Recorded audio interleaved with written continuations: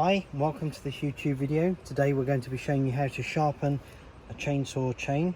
Well, safety first, so make sure the brake is on. Make sure that the chainsaw is in the off position so it can't possibly start, because we will need to try and rotate the chain.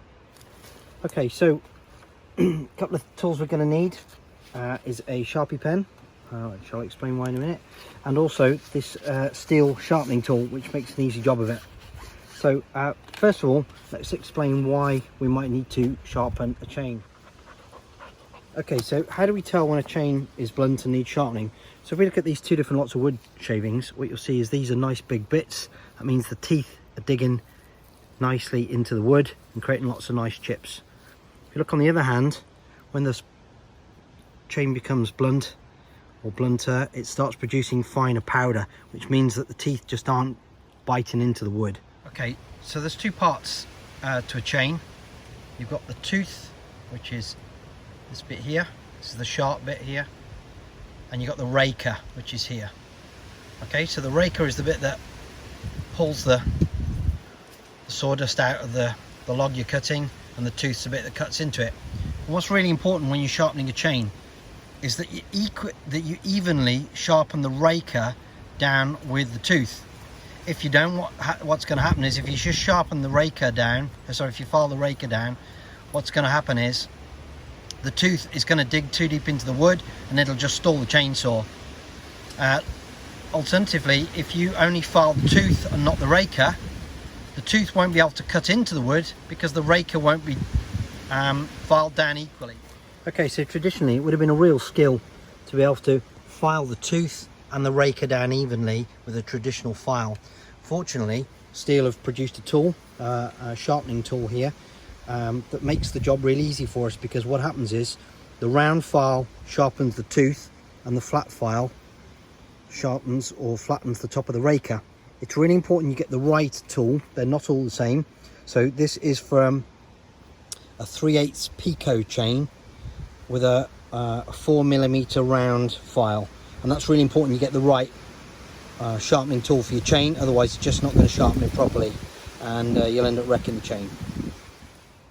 Okay, right, so I'll just make sure the brake is on so the chain won't move.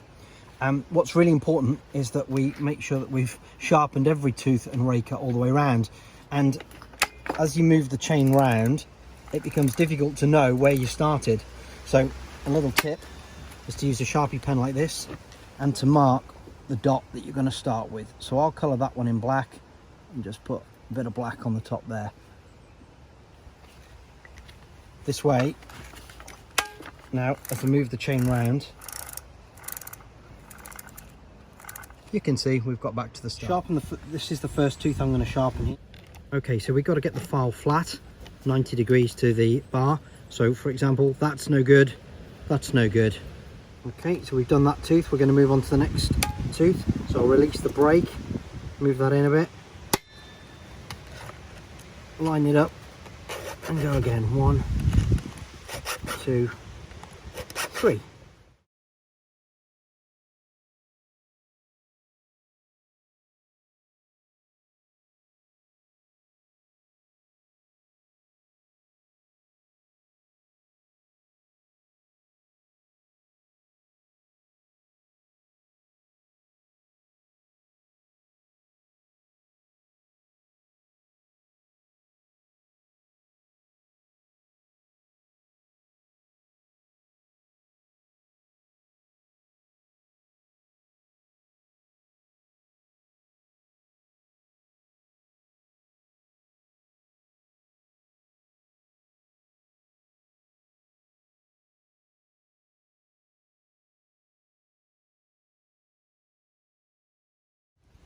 Okay, so we've got back round to where our dot is, and the next thing we've got to do is file the teeth heading this way.